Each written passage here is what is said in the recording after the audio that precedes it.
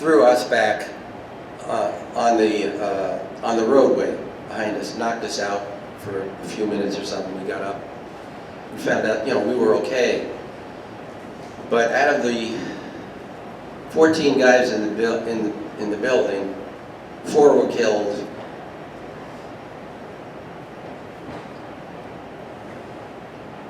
And the other 10 were wounded. We were lucky. We were on the other side. And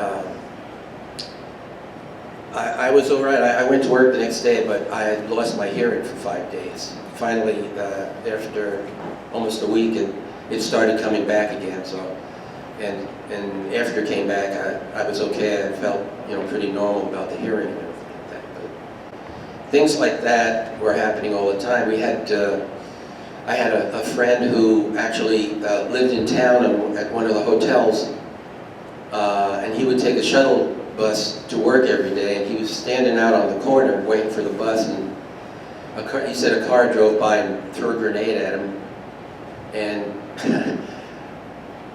I don't think he sat down for the whole day after he got back. He was all red-faced and very nervous and everything, and all he kept saying all day was, I can't believe they missed me,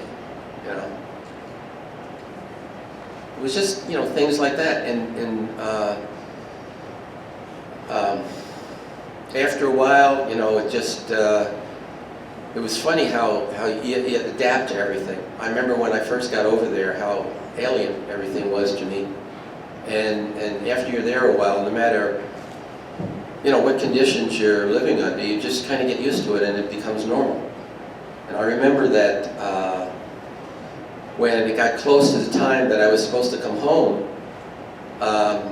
because what we did over there was we always, you could ask anybody how much time they had left. Because it wasn't like World War II where you were in for the duration. It was like, we had like tours. We were supposed to be there for a year.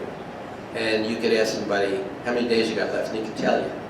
And so, all you thought about was going home. I was married, I had 2 kids. I was wanting to get back to see them and everything.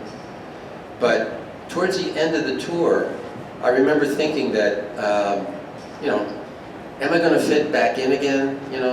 How am I going to adjust to being over there? Does my wife still love me? I had all kinds of things like that were plaguing me, and so I thought maybe something's the matter with me for thinking this way, and I just kind of kept quiet about it. And I think that just kind of intensified it a little bit, because I remember one of the things that I did when I was over there, just like the day before I left, I burnt all my uniforms that I had over there, and all the letters that I had saved. I burned everything. And they said later on that what that was kind of seemed like a closure, for being over there. I couldn't explain it when I did it, but I just felt compelled to do it. And the thing about being in Vietnam, there was no transition period when, like, you were there one day and you were home the next day. We were rocketed the last day I was in country, the last night. And then the next day, I'm back in the States. So it's like, I'm physically there, but mentally, I'm not there. And it took a while for my mind to catch up with me. And one of the things that they didn't do for the troops that were coming back was they give us no counseling. They didn't tell us anything. They just, I had a year left to serve when I went back, and so I got a 30-day leave to go home, visit my folks, and then my wife, family, and then go to my next duty station. So we flew into Travis Air Force Base, and then we went through like customs, and then they said, "Okay, you're on your own." And I'm like immediately I'm noticing things. Like I went to San Francisco International Airport, and I went to one of those little restaurants where they, kind of like a buffet thing. It took me a half an hour to order something. I kept looking at everything. I didn't know what to order. I wanted it with a chocolate donut and some chocolate milk after a half an hour. And I went to the men's room and it was like clean. And it didn't smell, and there was toilet paper there, and you know, and there was a mirror on the wall, and you know, and everything was like, you know, shocking me, and then when I went home, it was like I was telling people, my wife, my mom, my dad, I'm telling them all these funny stories, and nobody's getting it. You know, nobody understood, and then I ran into some people who were like hostile. You know, they'd start arguing and hollering, and so I just shut up. I stopped talking about it, but I noticed that I was angry all the time. I was mad. There used to be a program on television called American Bandstand, and I got mad watching the kids dancing, and if I heard somebody talking about the high cost of milk and bread, I was mad at them for that. Or if I went to a restaurant, somebody didn't finish their food, I was mad at them. I was always mad. And you know, my family would be looking for me, and they said, "Oh, John's outside," because I'd always go outside and walk around and try to calm down. And there just didn't seem to be any kind of like counseling or anything available at that time. So again, I just kind of kept everything inside of me, and it just intensified. I went through, even though I was a support troop, I saw enough stuff over there, you know, and did a number of things over there myself and living that way, and seeing the people and all that stuff, it just changed me. And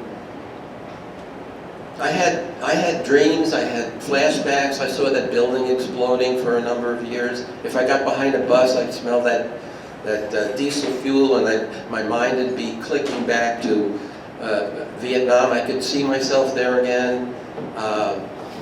You know, I got to the point, you know, with the help of my family and stuff like that, where I felt like I was able to put it behind me. And I thought I got rid of it, but it just kind of retreated into my subconscious. But I was able to get on with my life. I got out of the service in December '69. I came to South Florida. I immediately went to work for the Miami Herald. I worked for them for 17 years. I worked for myself as a graphic designer for 5 years. And then I ended my commercial art career with the Fort Lauderdale Sun-Sentinel. And today, yeah, I spent a good portion of my life working in newspaper art, and of course now it's kind of disappearing.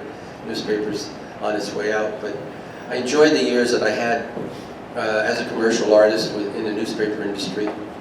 Now I'm retired. I paint full-time. I'm a watercolor artist. It's a sample of my work there. I do outdoor shows. I belong to a number of art groups. I get into competitions and stuff like that. And then I also have a book.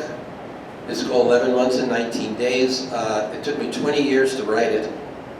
I was smart enough to get myself a professional editor to help me, because I would do a draft of the book, and then she would come in and read it and give me pointers on, you know, what I needed to do to strengthen the characters or plot or whatever. And I did 3 drafts, and finally she said, "Okay, you're ready." And so I self-published it with a company called Middle River Press in Oakland Park. That came out in 2013. In 2014, it was actually awarded a silver medal from the Florida Authors and Publishers Association, which I was very proud to get that. But since it came out, I've been doing book talks and veterans events and things like that. Mainly what I feel like I want to do, and how I feel about my book, is it's just not my story, it's everybody's. every GI story. It's not basically a combat book. There isn't a lot of blood and guts in it, but it shows you what the average troop goes through. I didn't spend the whole book on myself. I talked about the guys that I worked with, my friends over there, how they felt about things. Being in the Air Force, most of us were a little older than the guys in the Army and the Marines. I was 26 when I was over there, and it's just their views and things like that. And I feel like today, especially, that only 1% of the total population is involved with the military, and the rest of the people really don't know that much about what's going on. I saw an interview with a guy that came back from Afghanistan. He said when he got home he had nobody to talk to, and that's the story. That's the way it was with us. But you know, since then it's gotten a lot better, I think. But I just want people to understand. If they read my book, they get a better understanding of what the servicemen and women go through, and maybe appreciate their, what they're doing a little bit more. As far as my art goes, I've been an artist all my life. I feel like God wanted me to be an artist. He never put any stumbling blocks in my way. I went right from high school into art. The Air Force, I was an illustrator for 8 years in the Air Force, and 40 years in the newspaper business, and now I paint full time. So I think my art's always been there for me. It's been like therapy for me, I feel, and I think that was a big part of what got me through how I saw Vietnam and how it affected me.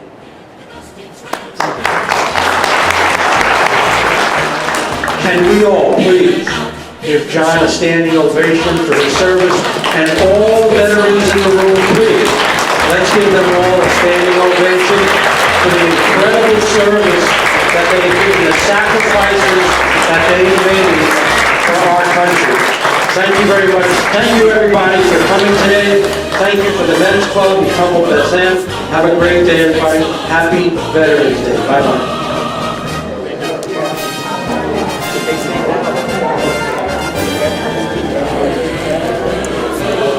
John's books are for sale. If anybody wants to purchase a book from John, come and talk to him. Thank you.